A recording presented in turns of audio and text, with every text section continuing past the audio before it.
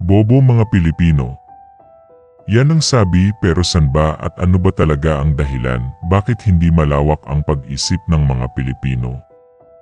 Noong sinakop ang Pilipinas ng mga Espanyol, gumawa sila ng mga batas na nakasentro ang benepisyo at kapangyarihan sa kanila, habang nakasupres ang karapatan ng mga Filipino upang hihina ang anumang plano na pag-alsa o mamulat sa katotohanan ang mga tao.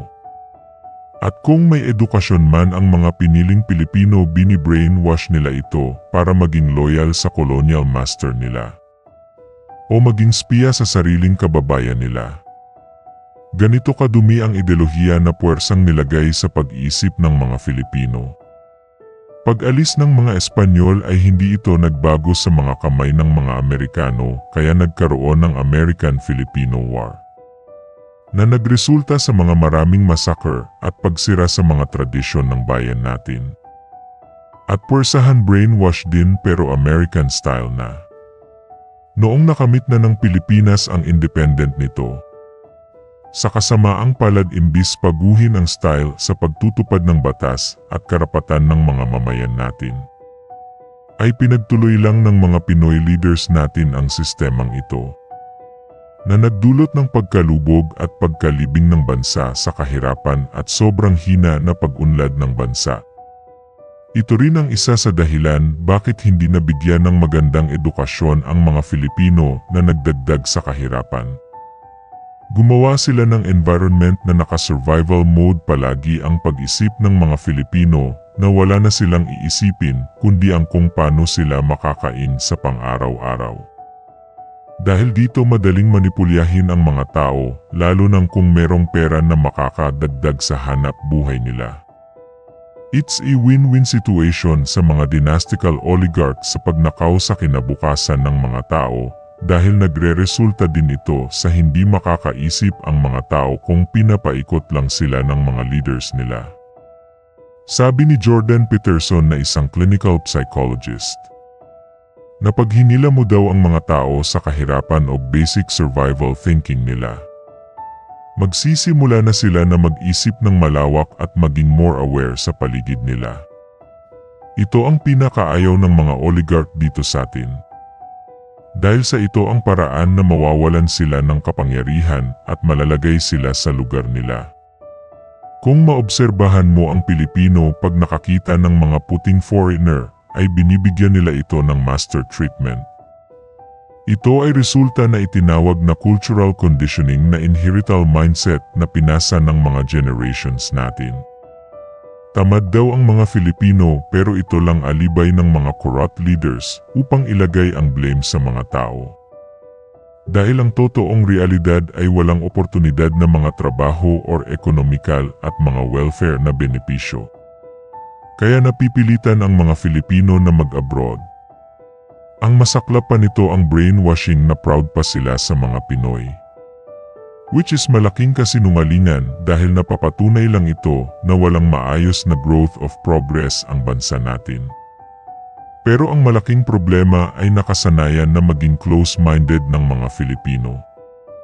At hindi ito madaling baguhin, lalo na kung naka-emotionally attached sila sa mga ideology nila. Isang poison of the mind din na develop ng Pinoy ay nagiging defensive sila sa mga katotohanan. Isa rin itong masamang katangian sa pag-isip ng mga Pinoy. Parang manifestation of thinking ng leaders natin kung ibalandra sa kanilang harapan ang katotohanan. Ang quality of education dito ay halos walang magandang epekto sa mga kabataan dahil sa kakulangan ng quality of teachers at mga kagamitan na infrastruktura. Mas grabe pa neglect na makikita mo sa probinsya ng Pilipinas na parang halos walang tulong na kukuha sa gobyerno. Ito din ang dahilan kung bakit hindi makapag-ayos ng pagtuturo ang mga teachers. Maliit na ang sweldo, wala pang suporta. Isa ang Pilipinas sa mga bansa na low quality of efficiency sa learning. At napipilitan din ang mga teachers na mag-improvise or gamitin ang sariling pera para matugunan lang ang pangangailangan ng mga estudyante.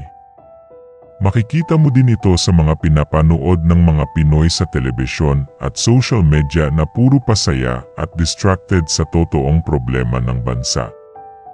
Sa mga news media outlets naman napapakalat ng maling impormasyon or base bias manipulation tactics na pagmamay-ari ng mga mamalalaking korporasyon na konektado sa mga dynastical families at politicians under or bayad nila. Kung tatanungin mo ang mga Filipino kung may solusyon pa ba ang kahirapan at korupsyon sa Pinas ay sasabihin lang nila na sanay na sila or walang solusyon.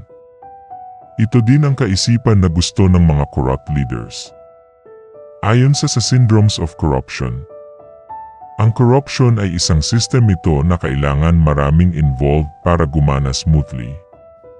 Example nito, corruption equals to monopoly equals to discretion equals to transparency. Kaya hindi ito madaling pugsain. Bakit nagkaganito? Kung susuriin mo, ang edukasyon ang pinakamalaking binibigyan ng pundo kumpara sa ibang mga sangay ng departamento ng bayan. Pero bakit parang walang napupunta talaga sa mga eskwelahan at mga estudyante na tunay na nangangailangan? Saan ba talaga napupunta ang pundo? Siguro naman sa sinag ng araw alam na natin kung saan napunta. Palaging sinasabi ng mga kandidato na ang edukasyon ang pinaka-importante sa mga proyekto nila. Pero ang katotohanan ito ang bagay na ayaw nila umunlad. Ayaw nila ng mga tao na maraming tanong sa mga pamamalakad nila. Kung magagawan man ng mga tao na gusto umunlad ang bayan natin, sana magtagumpay at hindi sila mapigilan ng mga corrupt. Para makatulong sa paglaki at paglawak ng kaisipan ng mga bata sa future ng bansa natin. Ikaw ano sa tingin mo? Salamat sa pakikinig kabayan. Please like and share. Salamat!